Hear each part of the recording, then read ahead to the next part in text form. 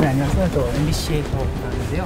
그 국무회의 참석하셔가지고 계엄 묵인 또는 이제 방조하신 셈인데 이렇게 혼란이 좀 벌어진 상황에 대해서 집 유지하면서 수습하시는 게 좀 맞다고 생각하시나요? 그 국무회의 결정에 대해서 사과하거나 책임은 좀 지실 생각이 없으신가요? 저희 한 말씀만 좀 부탁드리겠습니다.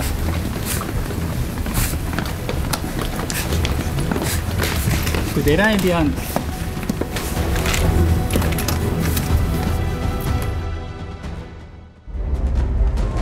12월 3일 국무회의에 참석했던 총리와 장관들이 국회에 출석했습니다.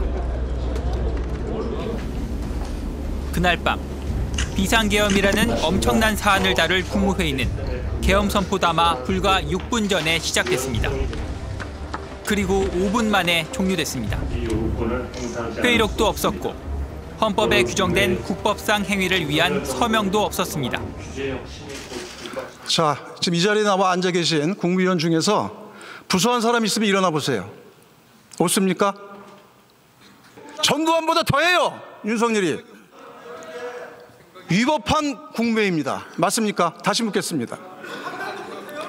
국무회의 자체가 굉장한 절차적, 실체적 흠결을 갖고 있다고 생각합니다.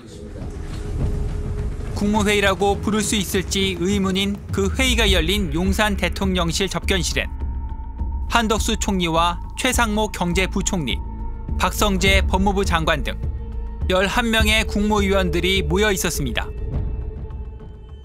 여기 앉아 계신 국무위원 중에서 12월 3일 대통령 앞에서 계엄을 반대한다고 분명하게 본인 의견 피력한 사람 누굽니까? 손 들어주세요. 반대한다는 표현 쓰신 분 누굽니까? 두 분밖에 안 계시네요. 외교부 장관하고 경제부총리. 나머지는 걱정만 하신 거 아니에요? 예, 저는 대통령님께 반대한다고 말씀드렸습니다. 두어 명의 반대. 대통령의 유고나 거리 시에 순서대로 한덕수 국무총리, 총리들, 부총리, 외교부 장관이 내려오잖아요. 그럼 그 자리가 비록 임명직이지만 얼마나 막중하고 무거운 책임이 있는 자리, 권한이 있고 그거를 그들이 알 거 아니에요. 책임져야 할 이들이 내놓은 건 오히려 자신들이 국정을 안정시키겠다는 대책이었습니다. 윤 대통령의 직무를 사실상 정지하고 한동훈 국민의힘 대표와 한덕수 국무총리가 나선다는 이른바 한한 국정 공동 운영 체제입니다.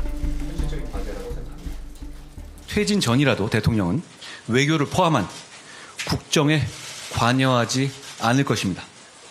국민의힘 당대표와 국무총리의 회동을 정례화하겠습니다.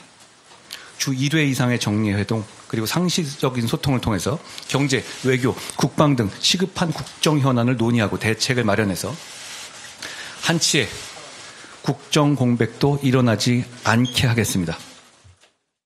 여당과 함께 지혜를 모아 모든 국가 기능을 안정적이고 원활하게 운영하겠습니다. 하지만 반나절도 안 돼 윤 대통령은 이상민 행정안전부 장관의 면직안을 제거하며 인사권을 행사했습니다. 만나셔가지고 이른바 한한 공동운영 방안 논의하셨죠? 그거는 정말 오해가 많이 있는 것 같습니다. 그 한한 공동운영 방안 한동훈 대표가 먼저 들고 왔습니까? 총리께서 준비하셨습니까? 저는 본 적도 없습니다. 그날 현장에서 한동훈 대표가 발표한 그 문안, 대통령 권한을 인수한다는 그 문안 언제 보셨습니까? 본 적이 없습니다. 외교 정책 결정권과 군 통수권도 당연히 윤 대통령에게 있었습니다. 심지어 국방부 장관 후보자를 새로 임명하려 했다는 보도도 나왔습니다. 지금 국군 통수권은 누구한테 있나요? 대통령께 있습니다. 내란 수계 피의자가 국군 통수권을 가져도 되나요? 가져도 되는지에 대한 판단을 물으시는 건가요? 법적으로는 현재 통수권자에게 있습니다. 권한이. 헌법상 대통령의 직무를 정지할 방법은 탄핵이나 스스로 퇴진하는 하야, 이 두 가지 경우만 가능하기 때문입니다. 한동훈 대표 같은 경우에는 우선 여당은 국가기관이 아닙니다. 권한 대행을 할 수 있는 그 헌법에서의 엄격한 요건에 전혀 해당하지 않는 그런 상황에서 대통령으로부터 국정을 위임받고 또 실질적으로 거취를 일임했다. 그러니까 우리가 마음대로 하겠다. 우리 뜻대로 하겠다. 그 자체가 또 오히려 국헌문란에 준한다. 그 법률에 따라서 안정적으로 국정 운영해야 된다고 하시는데 한동훈 대표랑 공동으로 국정 운영하는 게 위헌이라는 법률가들의 지적에 대해서 어떻게 생각하시는지요? 또 개헌 막지 못해서 자책한다는 입장을 내셨는데 국무회의 참석할 당시에 대통령 비상계엄 알으셨으면 혹시 외부에 알려야 되겠다는 생각을 못 하셨던 건가요? 비켜주십시오. 고맙습니다. 이른바 질서 있는 퇴진을 핑계로 첫 번째 탄핵소추안 표결은 불성립됐습니다. 비상계엄과 내란, 탄핵 부결 사태로 불확실성이 커지면서 환율은 급등했고 국내 증시 시가총액은 140조 원 넘게 증발했습니다. 하지만 경제수장인 최 부총리는 회의 참석 여부조차 공식적으로 밝히지 않다가 내란 사태 8일 만에야 반대 의사를 분명히 했다는 입장을 내놓았습니다. 매우 잘못된 행위라고 결정이라고 생각을 했습니다. 강하게 반대 의사를 분명히 했습니다. 비상계엄 사태로 경제 불확실성 커진 거에 대해서 책임감 못 느끼시나요?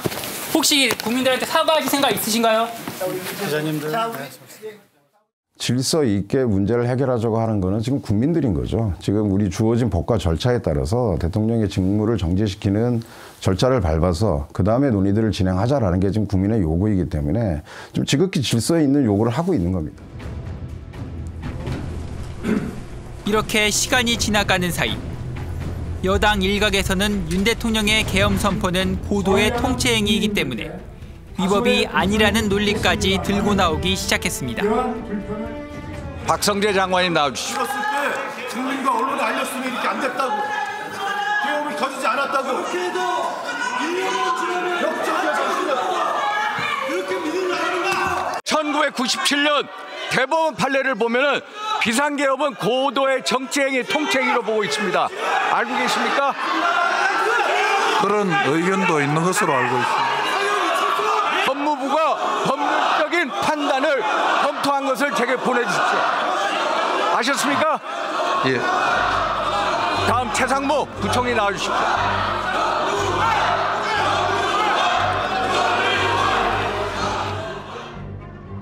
그런데 이 질문은 당시 대법원이 국헌문란을 목적으로 한 계엄은 사법부의 심사 대상이 되고 내란은 처벌의 대상이라고 판단한 내용은 쏙 빼놓은 질문이었습니다. 그리고 이 사건의 피고인은 12.12 군사 반란의 우두머리 전두환 씨였습니다. 질의를 한 윤상현 의원은 전 씨의 전 사위입니다. 이게 이노 교수의 주장입니다. 한번 법률적 검토를 해주십시오. 저희들 살펴보겠습니다. 박성재 법무부 장관은 내란죄라는 해석에 대해 거부감을 드러낸 바 있습니다. 내란죄라는 표현은 지금 아니 저는 내란죄라 생각합니다. 왜 저를 제지하십니까? 의원님께서 판단하시는 거와 저는 그렇게 생각합니다. 다른 부분이 있을 수 있기 때문에 검찰이 더 수사를 하는 게 좀 바람직하다고 생각을 하시나요? 그 수사는 어디서 진행하는 게 법률적으로 좀 타당하다고 좀 보시나요? 11일 본회의가 끝나갈 무렵 나온 마지막 질문. 대통령이 계엄을 말한 그 회의에 참석한 국무위원 중 그 질문에 손을 든 사람은 아무도 없었습니다. 혹시 이 자리에 참석하신 국무위원들 가운데 우리들의 행위가 내란 공범이 될 수 있다는 그런 생각을 해보시는 분 계신가요? 손 한번 들어보실 수 있어요? 네, 감사합니다. 이 시대 혜택을 누릴 대로 누리고 지금 이 순간에도 국민 세금으로 월급 따박따박 받아가시는 분들, 귀하들은 그날 밤, 그날 새벽에 뭘 하고 있었습니까? 무서웠습니까? 반대만 하면 책임이 없어진다고 봤습니까? 있습니다.